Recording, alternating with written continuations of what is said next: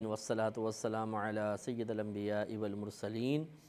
اما بعد فاعوذ باللہ من الشیطان الرجیم بسم اللہ الرحمن الرحیم۔ الحمدللہ الہادی پروگرام میں حضرت عثمان غنی رضی اللہ تعالی عنہ کا تذکرہ چل رہا ہے۔ ویسے تو آپ کے بارے میں ضمناً بہت ساری آیات قرآن عظیم میں ذکر کی گئیں، لیکن ہم مخصوص ان آیات کا تذکرہ کر رہے ہیں کہ جن کے بارے میں اکثر مفسرین کا یہی قول ہے کہ یہ حضرت عثمان غنی رضی اللہ تعالی عنہ کے بارے میں نازل کی گئی تھیں۔ تو میں نے سورہ بقرہ کی ایک آیت آپ کی خدمت میں پچھلے پروگرام میں عرض کی تھی، جس میں اللہ تبارک و تعالی نے حضرت عثمان غنی رضی اللہ تعالی عنہ کی مدح فرمائی تھی اپنی راہ میں خرچ کرنے کے اعتبار سے، اور صرف خرچ کرنے کو ہی وجہ فضیلت نہیں بیان فرمایا، بلکہ اس کے بعد ایک اور فضیلت اور کمال یہ ذکر فرمایا کہ وہ لوگ ہیں جو خرچ بھی کرتے ہیں اور خرچ کرنے کے بعد پھر اس کے بعد نہ احسان جتاتے ہیں نہ کسی کو اپنی زبان سے تکلیف دیتے ہیں۔ ان کے لیے ان کے رب کے پاس بڑا اجر ہے اور نہ ان پر کچھ خوف ہوگا اور نہ یہ غمگین ہوں گے۔ تو حضرت عثمان غنی رضی اللہ تعالی عنہ کے مبارک تصور کو ذہن میں لا کے ذرا سوچئے کہ کیسے اللہ تبارک و تعالی نے آپ کے لیے وعدہ فرما لیا کہ ان کے لیے اجر عظیم بھی ہے اور ان پہ کچھ خوف اور غم کسی قسم کا نہیں ہوگا۔ تو جن کے بارے میں اللہ تعالیٰ قرآن عظیم میں اعلان فرما دے کہ وہ ہر خوف سے بری کر دیے گئے ہیں،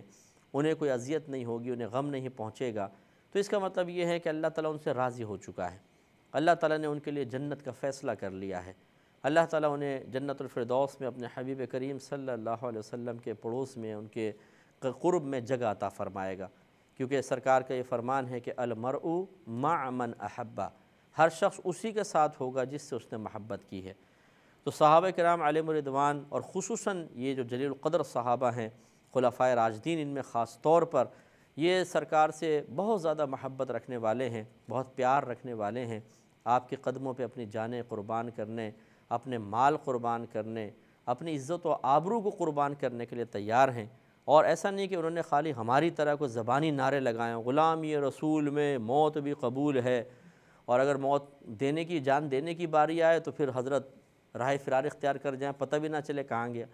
تو ہمارے زبانی نعرے ہیں، حقیقت اگر اس کا پریکٹیکل کرنے کا کبھی موقع مل جائے تو شاید ہم ان کھوکھلے نعروں کے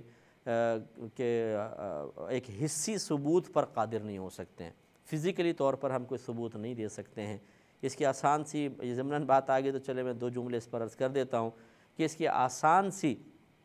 اگر آپ پہچان کرنا چاہیں، آپ کو ہماری بات سن کے اگر غصہ آئے کہ نہیں جی ہم تو بالکل جان قربان کر دیں گے، تو آپ جان اپنے پاس ہی رکھیے، نبی کریم صلی اللہ علیہ وسلم کے فرمان پر عمل کر جائیں۔ یہ بہت بڑی بات ہے، جان قربان کرنا تو بہت آگے کا معاملہ ہے۔ سرکار نے 5 وقت نماز باجماعت کا حکم دیا، آپ کہیں جی سرکار کے فرمان پر جان بھی قربان ہے، 5 نمازیں باجماعت پڑھیں گے۔ نبی کریم صلی اللہ علیہ وسلم نے فرمایا کہ طلب العلم فریضۃ علی کل مسلم، علم کا حاصل کرنا ہر عاقل بالغ مسلمان مرد و عورت پر فرض ہے۔ ہم کہیں جی سرکار کے فرمان پہ جان بھی قربان ہے، بالکل علم دین سیکھیں گے۔ سرکار صلی اللہ علیہ وسلم نے ارشاد فرمایا کہ جس نے میرے حکم کی نافرمانی کی اس پر ذلت اور خواری مسلط کر دی گئی، بخاری کی روایت، یعنی جو گناہ کرے گا، نافرمانی کرے گا، ذلیل و خوار ہوگا۔ اب ہم کہیں کہ جی سرکار کے فرمان پہ جان بھی قربان ہے، انشاءاللہ کوئی گناہ نہیں کریں گے۔ تو اب جب یہ اس طرح کے عمل کرنے کی باری آتی ہے پھر ہم نگاہیں چراتے ہیں، پھر نبی کریم صلی اللہ علیہ وسلم کے یہ فرامین بوجھ محسوس ہونے لگ جاتے ہیں، معاذاللہ زبان سے انکار بھی نہیں کر سکتے ہیں لیکن عمل سے انکار کرنے کے لیے بالکل تیار رہتے ہیں، اور جو کھوکھلے نعرے ہم لگا رہے ہوتے ہیں اس کا حقیقی طور پہ ثبوت پیش کرنے کے سلسلے میں جب ہم فیل ہو جاتے ہیں اور ہمارا نفس بے قابو ہو جاتا ہے اور شیطان معاذاللہ ثم معاذاللہ ہمیں اس بات کی اجازت نہیں دیتا ہے، تو ہم پھر چپ چاپ اپنی آنکھیں پھیر کر وہاں سے غائب ہو جاتے ہیں۔ پھر کہیں موقع ملتا ہے پھر وہی غلامی رسول میں موت بھی قبول ہے۔ یہ عجیب و غریب صورتحال ہے۔ ہمارے اکابرین نے نعرے لگائے ہیں لیکن اس طرح نہیں، بہت ہی کم نعرے تکبیر ہوتا تھا،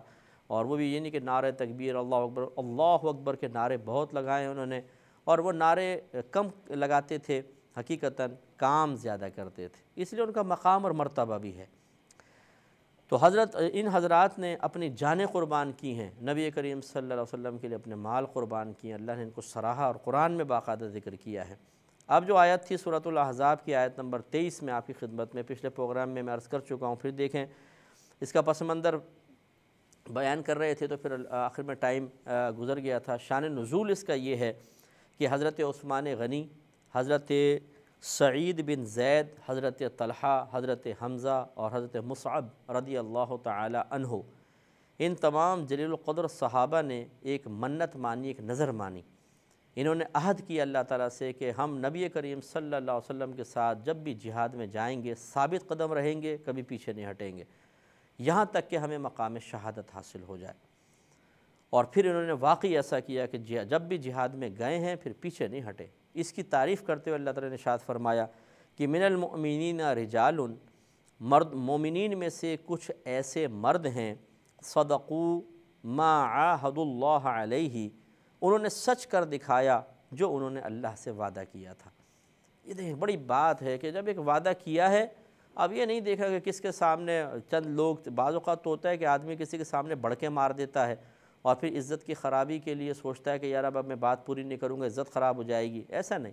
وہ نفوس قدسیہ اللہ تعالیٰ کی رضا کے لیے کلام کرتے تھے، اور پھر چاہے کوئی ہے یا نہیں ہے، وعدہ تو اللہ سے ہے، اور اللہ تبارک و تعالیٰ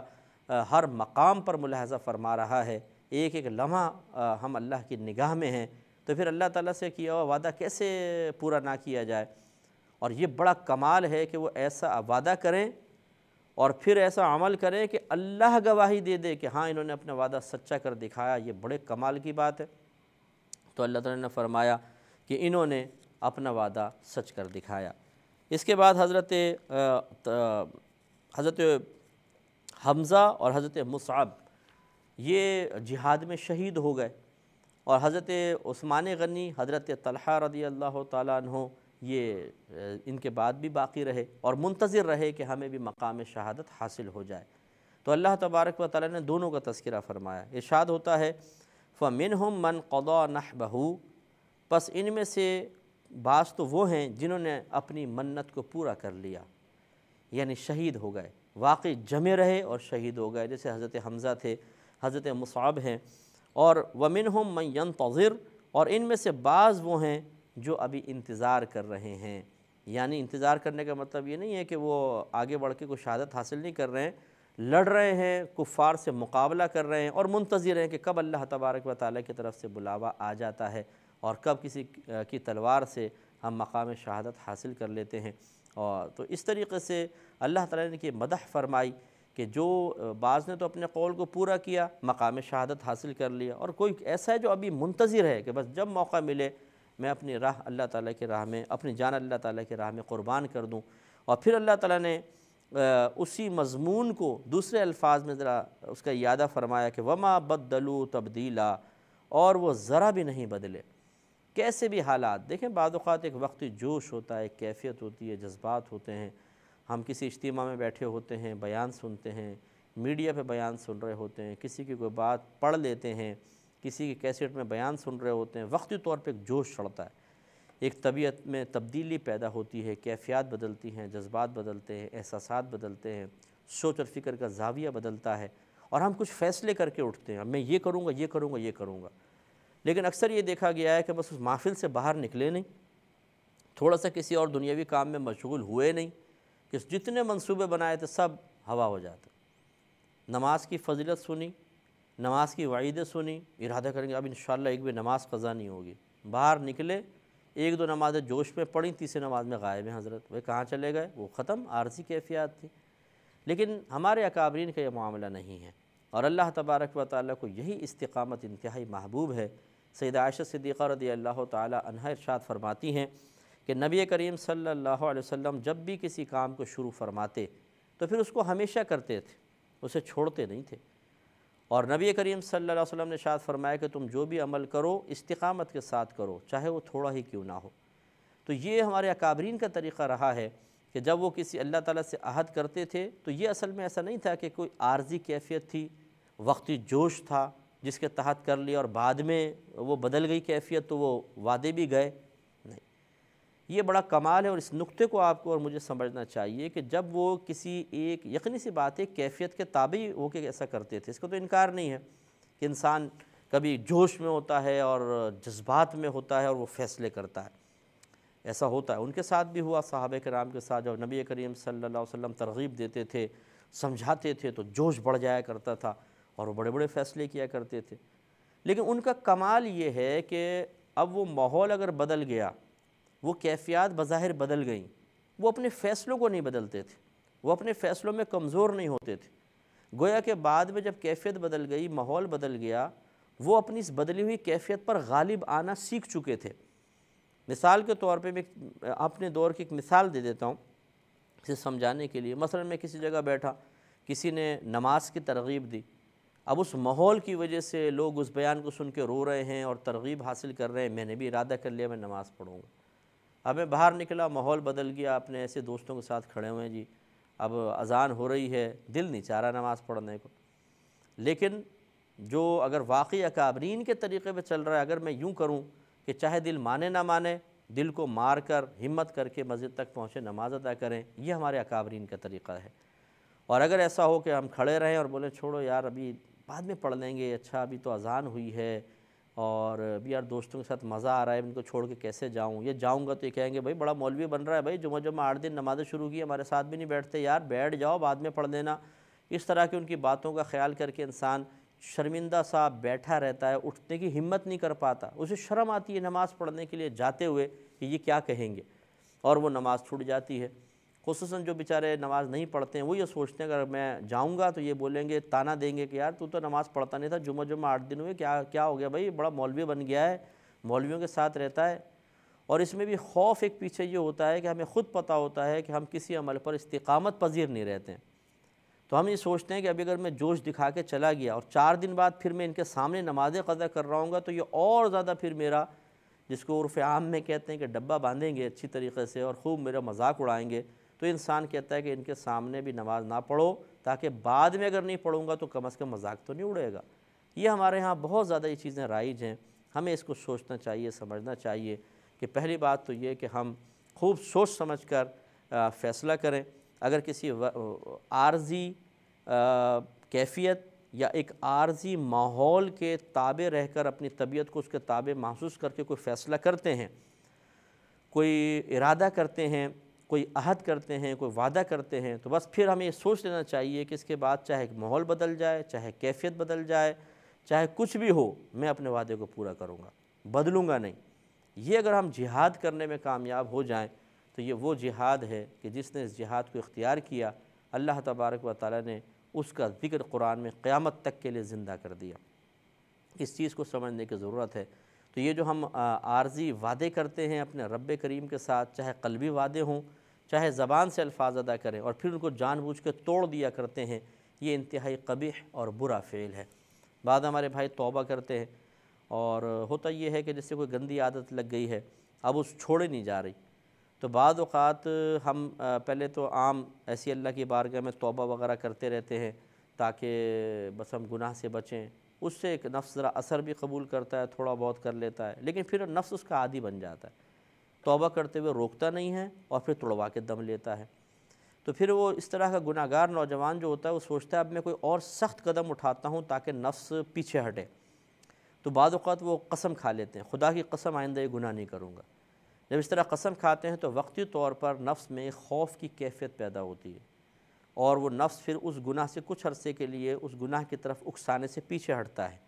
اس سے نوجوان کو ایک فتح کا سا احساس ہوتا ہے کہ میں شاید اپنے نفس پر غالب آ گیا ہوں، اور یہ فتح کا احساس بڑا لذت آمیز ہوتا ہے، اس میں روحانی سکون بہت زیادہ ہوتا ہے۔ لیکن بس 2-4 دن کی بات ہی ہوتی ہے، پھر اس کے بعد پھر نفس اس کو اکساتا ہے اور انسان اپنے اس قسم کو توڑ دیتا ہے۔ اسی طرح بعض نوجوان وعدہ کر لیتے ہیں اللہ سے، اللہ میں تجھ سے وعدہ کرتا ہوں آئندہ ایسا کبھی نہیں کروں گا، لیکن پھر کر بیٹھتے۔ تو اللہ تعالیٰ ہمیں استقامت عطا فرمائے۔ یہ تو وعدہ کرے نہیں انسان، جب کرے تو اس کو مکمل کرے، پورا کرے، تو یہ اللہ تعالیٰ کی بارگاہ میں بہت بڑا فعل ہے، بہت بڑا کام ہے، اور اس کو مدح کے انداز میں اللہ تعالیٰ نے بیان فرمایا، مدح کے ساتھ بیان فرمایا کہ وما بدلوا تبدیلا، اور وہ ذرہ برابر بھی نہیں بدلے۔ یہ بڑی پیاری بات ہے، آپ ذرا اس پہ پھر غور کریں کہ جس کیفیت، جس ماحول میں انہوں نے یہ قسمیں کھائیں تھیں یا نظر مانی تھی، یقینی سی بات ہے بعد میں وہ ماحول، وہ کیفیات تو باقی نہیں رہتی ہیں، بدلتی ہیں۔ جیسے بعض صحابہ نے عرض کیا رسول اللہ صلی اللہ علیہ وسلم جب ہم آپ کے پاس ہوتے ہیں، باتیں سنتے ہیں، بڑا خوف ہوتا ہے۔ گھر میں جاتے ہیں تو بیوی بچوں کے ساتھ مشغول ہو جاتے ہیں، کہیں ہم منافق تو نہیں ہو گئے؟ رحمت کونین صلی اللہ علیہ وسلم نے فرمایا کہ نہیں، یہ نفاق نہیں ہے، تو ایک طبیعت کا تقاضا ہوتا ہے، ایسا ہو جاتا ہے۔ اور فرمایا اگر تم ایک ہی کیفیت پر باقی رہتے تو پھر فرشتے راستوں میں تم سے ہاتھ ملاتے، یعنی اتنا تمہارا مقام مرتبہ بہت ہی ہو جاتا، یعنی روحانیت تمہارے سامنے، روحانی چیزیں ظاہر ہو جاتی۔ تو خلاصہ کلام یہ ہے، کہنے کا مطلب نبی کریم صلی اللہ علیہ وسلم کا یہی ہے کہ کیفیات بدلتی ہیں۔